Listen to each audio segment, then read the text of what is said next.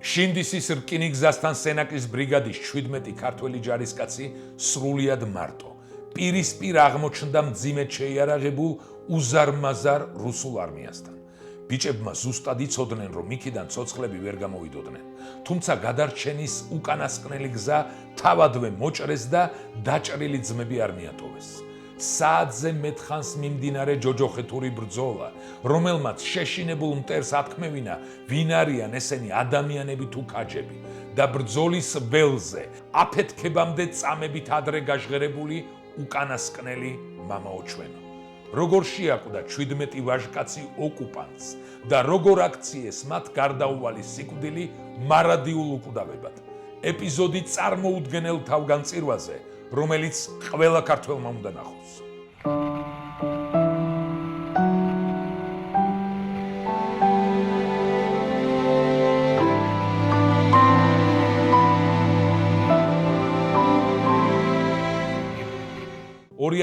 წლის აგვისტოს 5 დღიანი ომი საქართველოს უახლესი ისტორიის ერთ-ერთი ყველაზე ტრაგიკული, სისხლიანი, მაგრამ ამავდროულად უდიდესი გმირობითა და თავდადებით სავსე ფურცელია. ამ ომმა, რომელშიც პატარა დამოუკიდებლობის გზაზე შემდგარი სახელმწიფო დაუპირისპირდა მსოფლიოს ერთ-ერთ ყველაზე დიდ და დაუნდობელ სამხედრო მანქანას, რუსეთის ფედერაციას, სრულიად შეცვალა ქვეყნის რეალობა. აგვისტოს დღეებმა დატოვა ათასობით დევნილი, რომლებიც საკუთარი სახლებიდან უმოწყალოდ გამოყარეს, ასობით დაღუპული გმირი, განადგურებული ინფრასტრუქტურა და მოუშუშებელი ფსიქოლოგიური თუ ტერიტორიული იარები. თუმცა ამ საყოველთაო ტრაგედიის, ცეცხლში გახვეული ქალაქების, დაბომბილი სოფლებისა და საყოველთაო ქაოსის ფონზე არის ეპიზოდები, რომლებიც სცდება ჩვეულებრივი სამხედრო შეტაკებების ფარგლებს და ეპიკურ, მითოლოგიურ, ანტიკური გმირობის მასშტაბებს იძენს. სწორედ ასეთი საქართველოს სამხედრო ისტორიაში ამოწვიფრული ეპიზოდია გორის რაიონის სოფელ შინდისთან, რკინიგზის სადგურის მიმდებარედ განვითარებული მოვლენები. შინდის უკვე წლებია, რაც საკუთარი უკვდავი გმირები ჰყავს. სოფლის მკვიდრთა ინიციატივით თავდაპირველად ყოველგვარი ზედმეტი პომპეზურობის გარეშე ჯერ მოკრძალებული, მოგვიანებით კი უკვე ეროვნული მასშტაბის 17 ფიგურიანი ბრინჯაოს მემორიალი აღიმართა, რომელიც იმ წარმოუდგენელი თავგანწირვის მუდმივ შეხსენებად და სიმბოლოდ იქცა, რაც 2008 წლის 11 აგვისტოს დატრიალდა.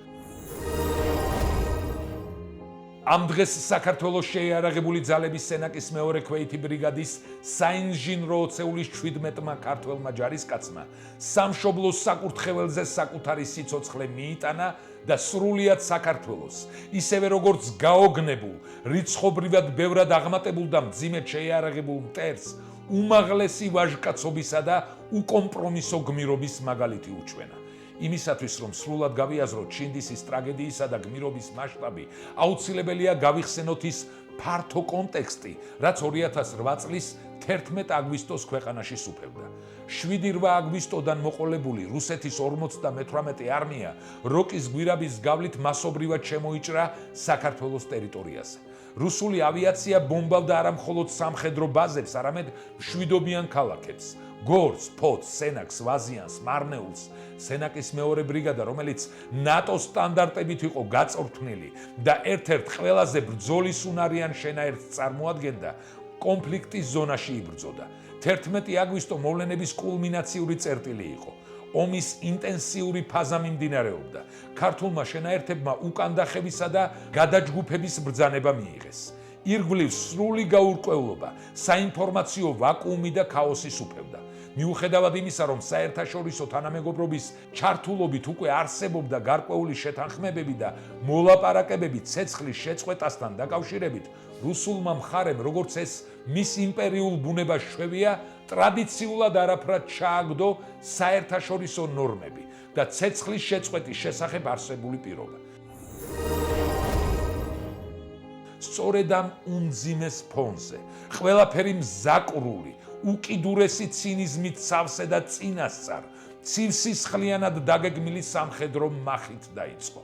შინდისელების ამ ტრაგედიის უშუალო თვითმხილველების გადმოცემით, საბედისწერო შეტაკებამდე დაახლოებით 2 საათით ადრე სოფლის ტერიტორიაზე რუსული მძიმე ტექნიკა, მოტომსროლელი შენაერთები და ტანკები გამოჩნდნენ.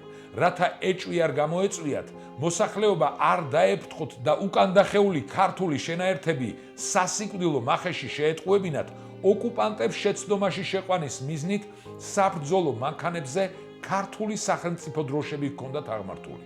ეს იყო არა მხოლოდ ჟენევის კონვენციის უხეში დარღვევა, არამედ უმძიმესი ფსიქოლოგიური და ტაქტიკური დივერსია. მტერი ძველი რკინიგზის სადგურთან ჩასაფრდა, რადგან სავარაუდოდ ჰაერიდან დაზვერვისა და მონაცემებზე დაყრდნობით ზუსტად იცოდნენ ის ვიწრო მარშრუტი, რომლითაც სენაკის მეორე ბრიგადის საინჟინრო ოცეულის კოლონას უნდა გაევლო. როგორც კი გადაადგილების პროცესში მყოფი, მრავალდღიანი უძილობისა და ბრძოლებისგან დაღლილი სენაკის ბატალიონის კოლონა მითითებულ ადგილს მიუახლოვდა, ოკუპანტებმა მოულოდნელი, მასირებული და გამანადგურებელი იერიში მიიტანეს. მტერმა ჩასაფრებიდან ყველა სახის იარაღიდან, ტანკებიდან, აღმტყორცნებიდან, ყუმბართმტყორცნებიდან და სხვილკალიბრიანი ტყვიამფრქვევებიდან გახსნა ჯოჯოხეთური ცეცხლი და მყისიერად წამებში ააფეთქა კოლონის პირველი და ბოლო მანქანები. ამ წინასწარ გათვლილი სასტიკი ტაქტიკური დარტყმით მათ ქართველ ჯარისკაცებს მანევრირებისა და მოძრაობის საშუალება სრულიად მოუსპეს. ვიწრო სივრცეში რკინიგზის მიმდებარედ მოამწყვდიეს, გასასვლელები სრულად ჩაუკეტეს და ფაქტობრივად სასიკვდილო ხაფანგში მოაქციეს. პირველივე სასტიკი დარტყმა ყველაზე ფატალური აღმოჩნდა. კოლონის პირველ მანქანაში ტანკსაწინააღმდეგო ჭურვის პირდაპირი მოხვედრისა და აფეთქების შედეგად ადგილზევე დაიღუპა 5 ქართველი მებრძოლი. ესენი იყვნენ ახალგაზრდა, სიცოცხლით სავსე, სამშობლოს სიყვარულით ანთებული ვაჟკაცები ირაკლი ჯანელიძე, ნიკოლოზ ფორჩხაძე, მარლენ ბარამია, ლევან მელქაძე და შმაგი კუპატაძე. მიუხედავად ამ უმძიმესი, შოკის მომგვრელი დანაკარგისა და მრავალრიცხოვან, მძიმედ შეიარაღებულ მტერთან სრულიად მოულოდნელი, აბსოლუტურად არათანაბარი შეჯახებისა, ცოცხლად დარჩენილი ბიჭები პანიკაში არ ჩავარდნილან და ერთი წამითაც არ უფიქრიათ უკან დახევა, თეთრი ალმის აწევა ან დანებება. ბატალიონის სხვა წევრებმა, რომლებიც შედარებით მოშორებით იმყოფებოდნენ და კოლონას ბოლოს მოყვებოდნენ, შეძლეს ალყიდან თავის დაღწევა. მომავალ 12 გმირსაც თეორიულად შეეძლოთ გარიდებოდნენ მოვლენებს გადაერჩინათ საკუთარი სიცოცხლე, რადგან გასაქცევი გზა და უკანდასახევი დერეფანი იმ წუთებში ჯერ კიდევ არსებობდა. თუმცა ქართული საბრძოლო ტრადიციისა და უმაღლესი ღირსების კარნახით მათ ეს გზა თავადვე შეგნებულად მოიჭრეს. მათ არ მიატოვეს ცეცხლმოკიდებულ მანქანაში დაღუპული და მძიმედ დაჭრილი ძმები. მათ ელვისის სწრაფით გადაკვეთეს რკინიგზის ხაზი. მეორე მხარეს გადავიდნენ. არსებულ რელიეფზე ხელსაყრელი პოზიციები დაიკავეს და რუსულ მოტომსროლელ ასეულს უთანასწორო, სისხლის მღვრელი, ხელჩართული ომი გაუმართეს. ეს იყო ბრძოლა, რომელმაც ქართველების სამხედრო გენეტიკა 300 არაგველისა თუ მარაბდის გმირების სულისკვეთება გააცოცხლა. დარჩენილი 12 ვაჟკაცი მხოლოდ მსუბუქი ცეცხლსასროლი იარაღითა და რამდენიმე ყუმბარმტყორცნით შეიარაღებული, თითქმის საათი და 20 წუთის განმავლობაში წარმოუდგენელი სისწრაფითა და კოორდინაციით განუწყვეტლივ უტევდა და იგერიებდა რუსულ მძიმე შენაერთებს. მათი წინააღმდეგობა იმდენად მძლავრი, პროფესიონალური და დაუჯერებლად ინტენსიური იყო, რომ რიცხობრივად ბევრად აღმატებულ მტერს ეგონა, თითქოს მათ წინააღმდეგ არა ერთი მცირერიცხოვანი საინჟინრო ოცეული, არამედ მთელი ბატალიონი თუ არა სრულფასოვანი მძიმედ შეიარაღებული და გამაგრებული ასეული მაინც იბრძოდა. რუსი ჯარისკაცი საშა დროზდოვი მოგვიანებით რუსულ პრესასთან საუბრისას იხსენებდა, რომ როდესაც ისინი უკვე ოკუპირებულ ცხინვალში იმყოფებოდნენ, უეცრად მიიღეს სასწრაფო შეტყობინება რაციით, თითქოს ცხინვალის შესასვლელთან ერთ-ერთ სოფელში მათ ბატალიონს სასწრაფოდ ესაჭიროებოდა დამატებითი რაზმი და დახმარება, რადგან წარმოუდგენლად უმძიმეს წინააღმდეგობას წააწყდნენ. დროზდოვის გადმოცემით ბრძოლის ველზე დამატებითი ძალებით ჩასულებს საზარელი სურათი დახვდათ. მათი მეთაური ხმამაღლა ღრიალებდა და გაოგნებული, შეშინებული კითხულობდა, ვინ იყვნენ მათი მოწინააღმდეგეები, ჩვეულებრივი ადამიანები თუ ზებუნებრივი ძალის მქონე ქაჯები. უკვე საათზე მეტი იყო გასული და უზარმაზარი ძალისხმევის, არტილერიისა და ტანკების გამოყენების მიუხედავად ამ მცირე მედგარ წერტილს ვერ ტეხდნენ და უმძიმეს დღეში იყვნენ ჩავარდნილნი. მხოლოდ ბრძოლის დასრულების, სიჩუმის ჩამოვარდნის შემდეგ, როდესაც მათ სრულად დაიკავეს ტერიტორია და მიწაზე დაფლეთილი, სისხლში მცურავი 12 ცხედარი იხილეს, მიხვდნენ რუსები თუ რა წარმოუდგენლად მცირე რიცხოვან ძალას ებრძოდნენ მთელი ამ დროის განმავლობაში. რუსმა მეთაურმა, რომელსაც ზურგს უკან ჩეჩნეთის 2 სასტიკი ომი ჰქონდა გამოვლილი და რომელსაც სიკვდილი და სისასტიკი არ უყვირდა, ქართველების ხილვისას ღრმა დანანებითა და შინაგანი პატივისცემით ჩაილაპარაკა, ნეტავი ასეთი გმირები, ასეთი მებრძოლი და თავდადებული ვაჟკაცები მემყოლოდა ჩემს რაზმშიო. ამბობენ, რომ გაოგნებულმა მოწინააღმდეგის არნახული ვაჟკაცობით აღფრთოვანებულმა მტერმა დაღუპულთა პირად ნივთებსაც კი არ ახლო ხელი, რაც ომის დაუწერელი კანონებით უდიდესი პატივისცემის ნიშანია. მარადიორობა და მიცვალებულთა გაძარცვა სხვა შემთხვევებში ხშირად ფიქსირდებოდა. როდესაც ომის შემდეგ მიშიკო დვალიშვილის ცხედარი შინ მშობლიურ კერაზე მიასვენეს, მას ყველაფერი ხელუხლებლად თან ჰქონდა. იარაღიც, ჯავშან ჟილეტიც და მობილური ტელეფონიც. დღეს ეს წმინდა ნივთები შინდისის მემორიალისა და მუზეუმის საკუთრებაა და მომავალ თაობებს მდუმარედ უყვება მათ ტრაგიკულ ისტორიას. ამ უთანასწორო ბრძოლის კულმინაცია ნებისმიერ ჰოლივუდურ კინემატოგრაფიულ სცენას აღემატება თავისი ტრაგიზმით, ემოციური დატვირთვითა და სიდიადით. როდესაც ქართველებს საბრძოლო მარაგი, ტყვია-წამალი თითქმის მთლიანად გამოელიათ და წინააღმდეგობის გაწევის ფიზიკური რესურსი ამოიწურა, 17-დან მხოლოდ 1 უმცროსი სერჟანტი ალეკონიანი იყო დარჩენილი სახსალამათი.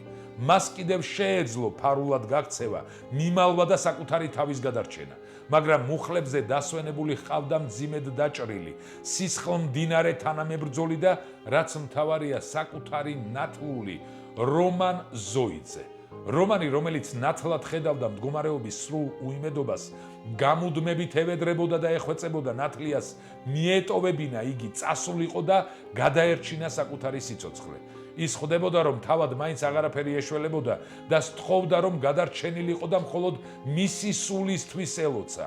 არა, კბილებში გამოცრა გმირმა, რომლისთვისაც ღირსება, ძმობა და ფიცი სიცოცხლეზე ბევრად მაღლა იდგა. ალეკომ სრულიად გაცნობიერებულად და მშვიდად ჯიბიდან მობილური ტელეფონი ამოიღო და სასოწარკვეთილი ცდილობდა საკუთარ მოძღვართან დაკავშირებას, რათა სიკვდილის წინ საკუთარი თავისა და მომაკვდავი თანამებრძოლებისთვის შენდობა და კურთხევა ეთხოვა. მიპასუხე, მამაო, ღმერთო არ გადის ეს დალოცვილი ზარი. ისმოდა მისი ტკივილიანი, მაგრამ უტეხი სიტყვები ბრძოლის ველზე, სადაც კავშირგაბმულობა უკვე ჩახშობილი იყო.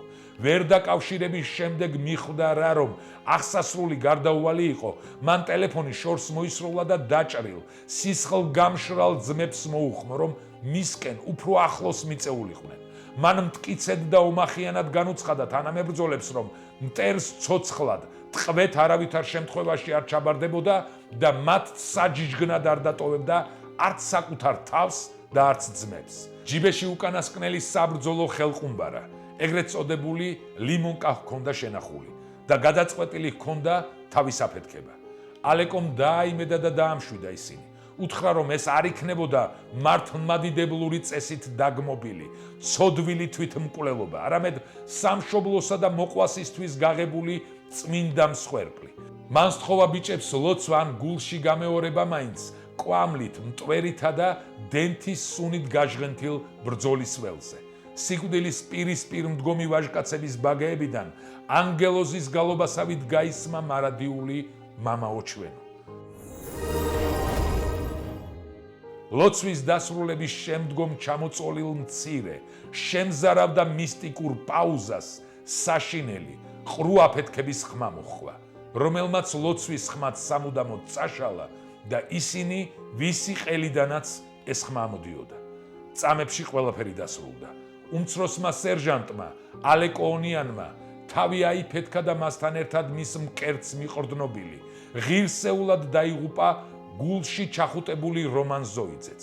მხოლოდ ამ შემზარავი ტრაგედიის, ამ უდიდესი მსხვერპლშეწირვის შემდეგ გაბედეს რუსებმა დაჭრილებთან და დაღუპულებთან ფრთხილად მიახლოვება. დაჭრილთა გადარჩენის ნაცვლად მტერმა საკონტროლო ჯერი გადაატარა მიწაზე გართმულ სხეულებს. მიუხედავად საკონტროლო გასროლებისა და ჯოჯოხეთური ცეცხლისა, შინდისთან ბრძოლას 20 ჯარისკაციდან 3 მაინც გადაურჩა. მათი გადარჩენა არა სასწაული, არამედ რიგითი შინდისელი გლეხების უდიდესი, უჩუმარი სამოქალაქო გმირობის დამსახურებაა. სოფლელებმა საკუთარი და საკუთარი ოჯახების სიცოცხლის უდიდესი რისკის ფასად ოკუპანტების თვალწინ მძიმედ დაჭრილი, საცერივით დაცხრილული, უმძიმეს მდგომარეობაში მყოფი ბიჭები ბრძოლის ველიდან ფარულად ღამის სიბნელეში გამოიყვანეს. ერთ-ერთი მათგანი ოთარ კალმახელიძე ადგილობრივმა მკვიდრმა, შინდისელმა გმირმა ბადრი ხუციშვილმა, რომელსაც სოფელში მეტსახელად ახმეტას ეძახდნენ, შეიფარა. იგი მას რამდენიმე დღის განმავლობაში, მაშინ როცა სოფელში მტრის პატრულები და ჯავშან ტექნიკა დათარეშობდა და სახლებს ჩხრეკდა, საკუთარ სახლში მალავდა. კუსტარულად მკურნალობდა, ჭრილობებს უხვევდა, უვლიდა და შემდგომ, როდესაც ვითარება ოდნავ განიმუხტა და ჰუმანიტარული დერეფნები გაიხსნა, მედპერსონალს უსაფრთხოდ ჩააბარა. ეს იყო სამოქალაქო გმირობის უბადლო მაგალითი, რომელიც ადასტურებს, რომ იმ დღეებში გმირები არა მხოლოდ სამხედრო ფორმაში, არამედ ჩვეულებრივ სოფლის სახლებში სიბადებოდნენ. იმ საბედისწერო 11 აგვისტოს, დღის პირველ ნახევარში, როდესაც თითქოს ცეცხლის შეწყვეტა გამოცხადდა და დაძაბულობა დროებით მოიხსნა, ბიჭებმა სახლებში დარეკვა მოასწრეს. ისინი აიმედებდნენ აფორიაქებულ ოჯახის წევრებს და დაჰპირდნენ, რომ საღამოს ან უახლოეს დღეებში მშვიდობით შინიქნებოდნენ. თუმცა მათი ეს უკანასკნელი დაპირება არ ასრულდა. შეტაკების შემდეგ, როდესაც სოფელი სრულად რუსების კონტროლ ქვეშ იყო, 9 დღე და 9 ღამე ეყარა ქართველი ვაჟკაცების დაფლეთილი, მცხუნვარე აგვისტოს მზისგან დამწვარი ცხედრები ღია ცის ქვეშ. რუსები არ აძლევდნენ ქართულ მხარეს მიცვალებულების გადასვენების უფლებას. მათი სათანადო პატივით დაკრძალვა მხოლოდ სრულიად საქართველოს კათოლიკოს პატრიარქის, უწმინდესისა და უნეტარესი ილია მეორის უდიდესი პირადი ძალისხმევის, რუსულ მხარესთან უშუალო მოლაპარაკებებისა და საკუთარი სიცოცხლის რისკის ფასად მოხდა. პატრიარქმა შეძლო ის, რასაც იმდროინდელი პოლიტიკური ისტებლიშმენტი ვერ ახერხებდა. მან ერს თავისი დაღუპული შვილები დაუბრუნა. შინდისის 17 გმირი არა მხოლოდ სამხედრო ფორმაში გამოწყობილი, სტატისტიკად ქცეული მებრძოლები, არამედ საკუთარი უნიკალური ისტორიებით, იმედებით, ტკივილებითა და აუხტენელი ოცნებებით სავსე, ჩვეულებრივი ადამიანები იყვნენ. თითოეული მათგანის უკან იდგა განადგურებული ოჯახი, მგლოვიარე საყვარელი ადამიანი და დაუსრულებელი მომავალი. მიხეილ დვალიშვილი, რომელიც მაშინ სულ რაღაც 21 წლის იყო, ნამდვილი შემოქმედი სულის პატრონი გახლდათ. ის სულის შემძვრელ ლექსებს წერდა და როგორც მისი თანამებრძოლები და ოჯახის წევრები იხსენებენ, საქართველოს სიგიჟემდე უპირობოდ უყვარდა. ის დასაოჯახებლად ემზადებოდა, წინ დიდი გეგმები ჰქონდა. 10 აგვისტოს ბრძოლის დაწყებამდე ერთი დღით ადრე, მან თითქოს წინასწარმეტყველური სიზუსტით იგრძნო მომავალი ტრაგედია და ბრძოლის ველზე წარმოთქვა თავისი ლექსის სტრიქონები. ბევრი ვიყავით, ერთი სამარე თხილის გულივით გავინაწილეთ.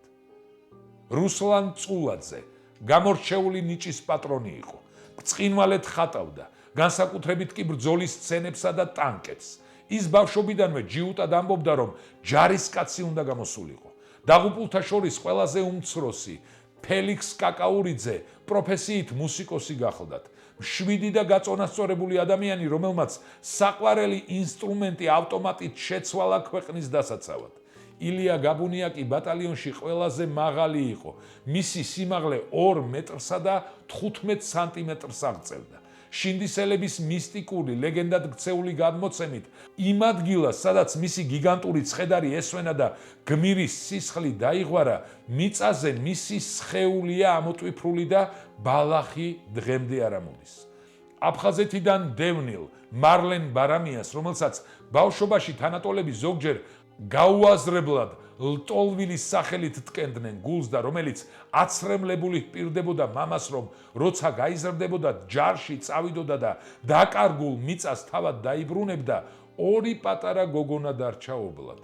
ემზარწილოსანმა სრულიად პატარა 1 წლის ვაჟი და სულ რაღაც 20 დღის ჩვილი გოგონა დატოვა, რომლებსაც მამის სახე მხოლოდ გაყვითლებული ფოტოებით ეხსომებათ.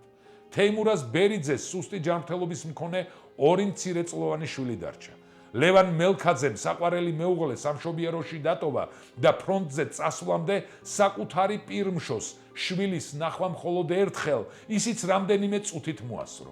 ზვიად კაცაძე, შმაგი კუპატაძე და ნიკოლოზ ფორჩხიძეც დასაოჯახებლად საკუთარი კერის შესაქმნელად ემზადებოდნენ, თუმცა მათ ოჯახებში ქორწილის ნაცვლად მხოლოდ დიდი მოუშუშებელი ტკივილი, შავი ძაძები და მარადიული სიამაყე დატოვეს.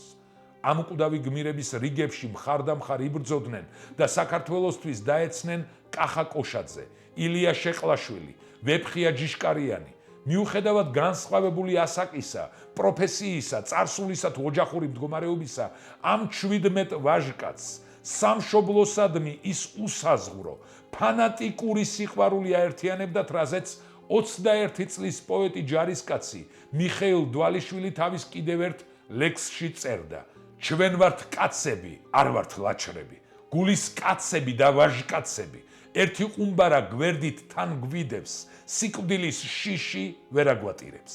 მანერს დაუტოვა არა მხოლოდ საკუთარი, სამშობლოსთვის შეწირული სიცოცხლე, არამედ ღრმა ფილოსოფიური, ისტორიული შეკითხვა, რომელზეც პასუხი დღეს თითოეულმა ჩვენგანმა, თითოეულმა ქართველმა უნდა გასცეს. თუ გადავხედავთ საქართველოს უმდიდრეს წარსულს, ქვეყნის აწმყოზე ბევრი კითხვა დაგვებადება. რად გაღარიბდა საქართველო, მისი მთავარი, მის მთლიანობას საზღვრის ბზარი რად ეკადრება?